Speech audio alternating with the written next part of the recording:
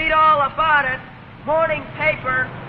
Council buys park. Extra, extra, read all about it. The pinball wizard and the miracle cube. Extra, extra, read all about it. Extra. Alright, so first thing, before you write your story, you need to consider who is your audience. Are you writing for a general audience? Are you writing for a niche audience? Okay, now there are two general approaches when you think of writing a very basic news story. You either answer these 5 questions. Who? What? When? Where? Why? Or you answer 3 questions. What? So what? Now what? Keep that in mind. Now we're going to talk about the structure of your news story.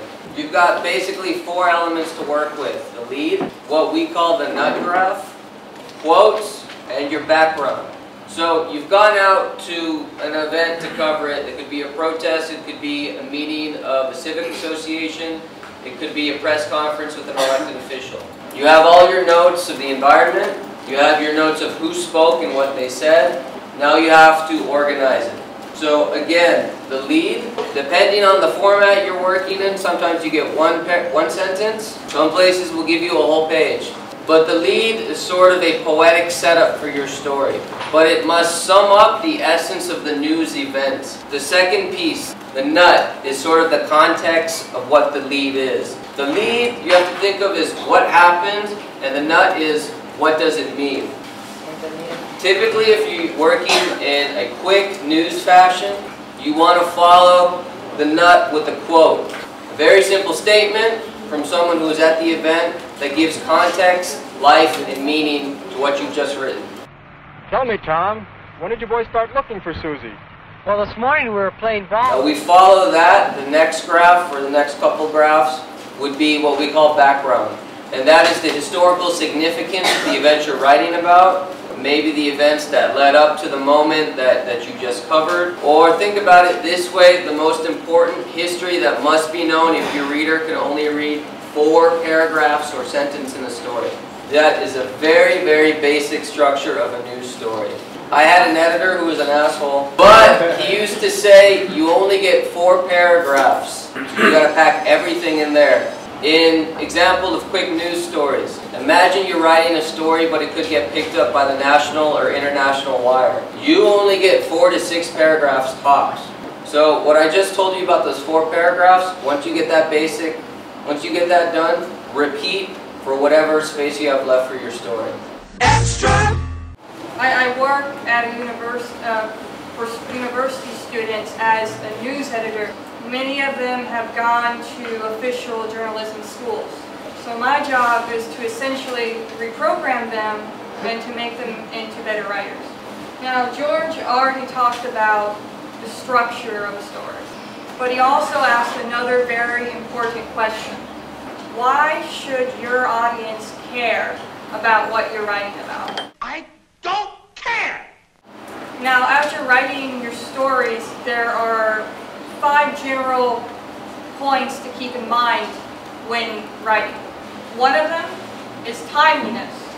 Miss Drew, the story of the Lambert inquest was on the street a half hour ago. Did what you're writing about happen recently, or did it happen a long time ago? And if it did happen a long time ago, has it already been written about? Another important thing to think about when writing is where the conflict is in your story between who you're writing about. Because if there's no conflict of some kind, it's not going to be an interesting story. Are people talking about the issue you're reporting on? Is it being talked about a lot and recently?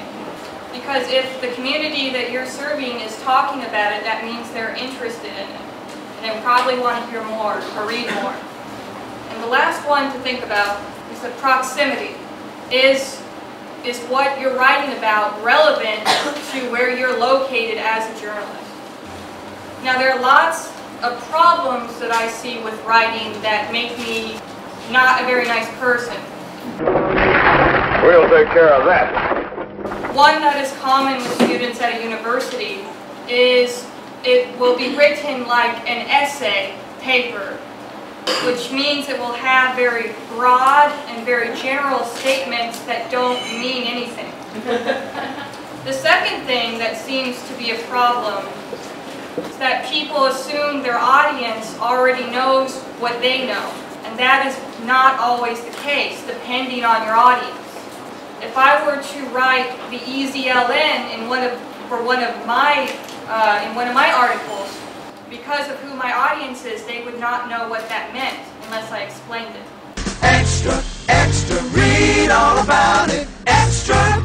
Voy a hablar de un tipo de artículo que es el retrato de una persona. Cuando hacemos el retrato de alguien, no estamos escribiendo una biografía, no estamos escribiendo un libro. Entonces, por el tamaño del artículo, es importante que cada frase haya una idea o una información en esa frase.